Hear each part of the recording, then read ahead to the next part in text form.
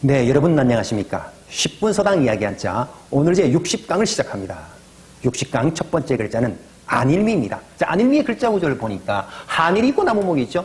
이 한일의 길이가 이 아래 획보다 짧아요. 그래서 아직 덜 자란 나뭇가지입니다. 자, 정리하겠습니다. 아직 덜 자란 나뭇가지를 뜻하는 안일미, 안일미. 아직 덜 자란 나뭇가지를 뜻하는 안일미, 안일미. 안일미가 들어간 활용어에 미증류라고 하는 말이 있습니다. 안일미자, 일직증자, 있을자를 쓰면 지금까지 아직 한 번도 있어 본 적이 없다는 말이 미증류입니다. 예를 들어서 이런 코로나 사태 같은 것은 정말 미증류의 일이다. 한 번도 있어 본 적이 없다는 일이다 라고 활용할 수 있습니다. 미망인이라고 하는 말도 있습니다. 안일미자, 망할망자, 사람인을 쓰면 여기서 망할망이란 세상을 떠나다는 뜻입니다.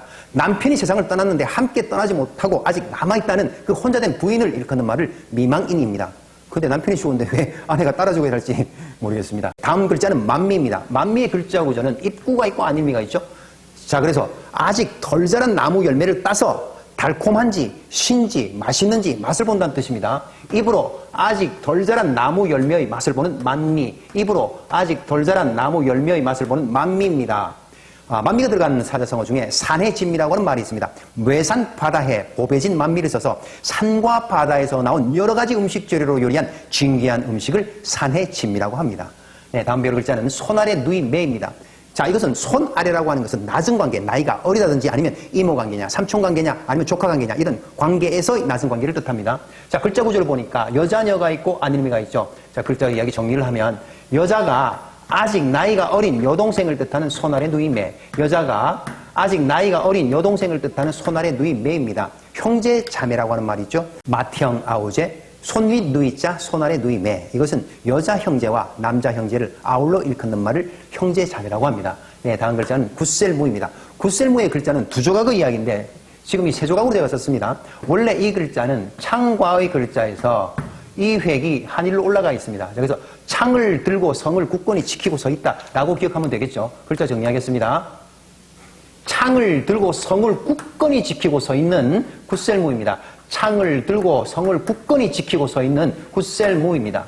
네, 굿셀무가 들어간 활용어에는 문무겸비라고 하는 말이 있습니다. 글얼문 굿셀무, 겸할 겸 갖출비를 써서 학문도 잘하지만 무예도 잘한다는 모든 것을 갖추고 있다는 말이 문무겸비입니다.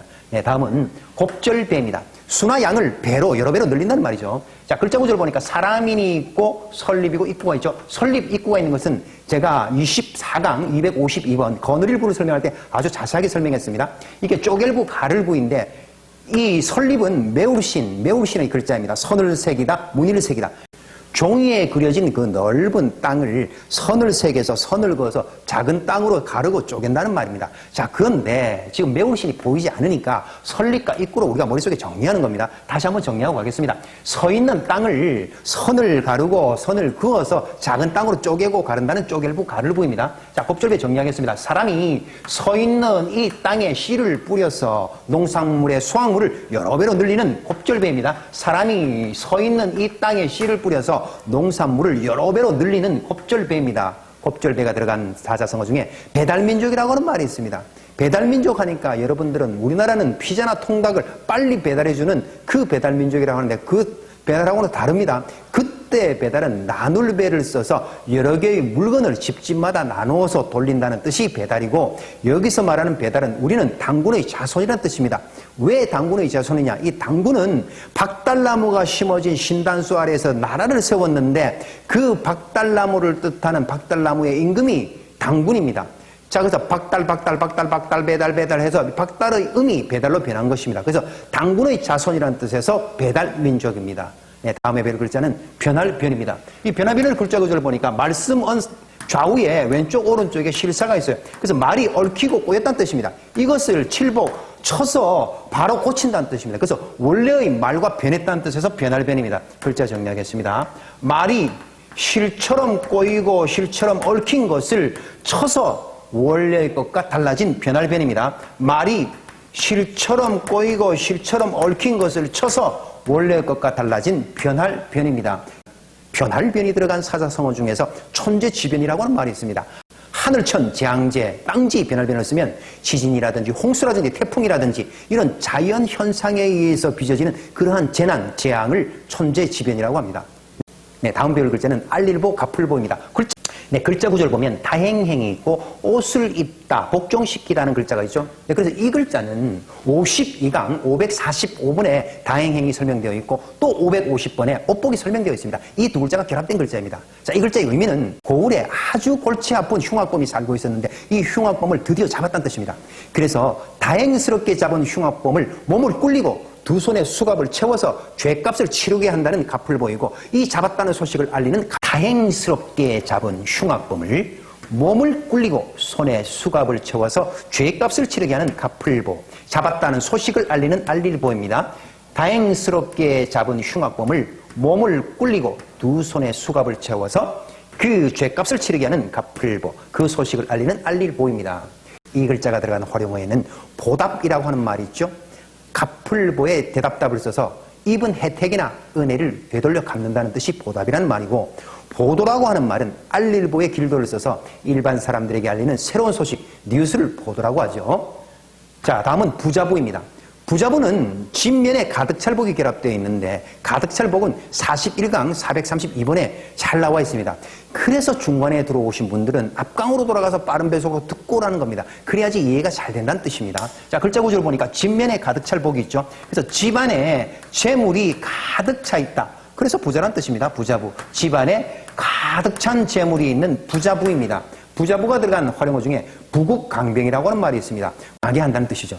네, 부국강병이라고 하는 말은 나라를 잘 살게 부유하게 하고 다른 적군이 침입해오지 못하게 군대를 강하게 한다는 뜻이 부국강병입니다.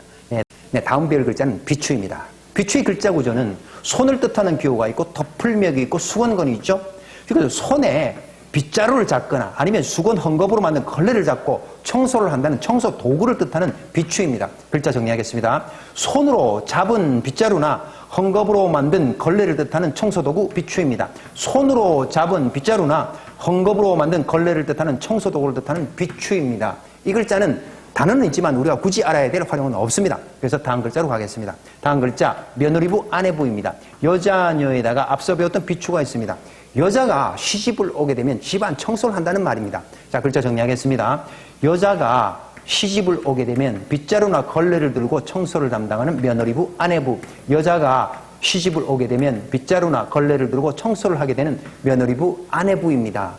뭐 청소를 하려고 결혼한 것도 아닌데 근데 요즘 걱정 없습니다. 청소기가 워낙 좋아요. 네, 이 글자가 들어간 활용어 중에 부창부수라고 하는 말이 있습니다.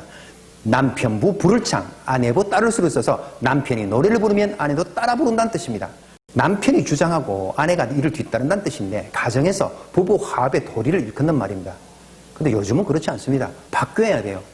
아내부가 앞에 오고 남편부가 뒤에 가야 돼요. 그래도 이 뜻이 되는 것이 부창부수입니다. 아내가 노래 부르고 남편이 따라 불러요. 그래야지 집안이 편안하다.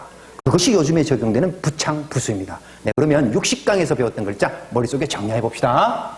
자, 안일미입니다. 아직 덜 자란 나뭇가지를 뜻하는 안일미, 안일미. 다음은 만미입니다. 입으로 아직 덜 자란 나무 열매의 맛을 보는 만미, 만미. 다음은 누이매입니다. 여자가 아직 나이가 어린 여동생을 뜻하는 손아래 누이매. 다음은 굿셀무입니다. 창과의 끝을 지입니다. 창을 들고 성을 굳건히 지키고 서 있는 굿셀무, 굿셀무. 다음은 곱절배입니다. 사람이 서 있는 이 땅에 씨를 뿌려 농산물을 여러 배로 거두는 곱절배, 곱절배. 다음은 변할변입니다. 말이 실처럼 얽히고 실처럼 꼬여서 이것을 쳐서 앞전과는 달라진 변할변, 변할변. 다음은 알릴보, 갑풀보입니다. 다행스럽게 잡은 흉악범을 몸을 꿀리고 두 손에 수갑을 채워서 죗값을 치르게 하는 갑풀보, 잡은 소식을 알리는 알릴보입니다. 다음은 부자부입니다. 뒷면에 가득 찰복, 집안에 가득 찬 재물이 있는 부자부, 부자부. 다음은 비추입니다. 손에 잡은 빗자루나 헝겊으로 만든 걸레, 청소 도구를 뜻하는 비추, 비추. 다음 며느리부 아내부입니다. 여자가 시집을 오게 되면 손에 빗자루나 걸레를 들고 청소한다는 며느리부 아내부입니다. 네, 여러분 60강 한자 이야기도 재밌게 잘 들으셨나요? 복습은 언제나 빠른 배속으로 두세 번 꼭 하시기 바랍니다. 네, 그러면 여러분들과는 61강에서 만나 뵙겠습니다. 안녕히 계십시오.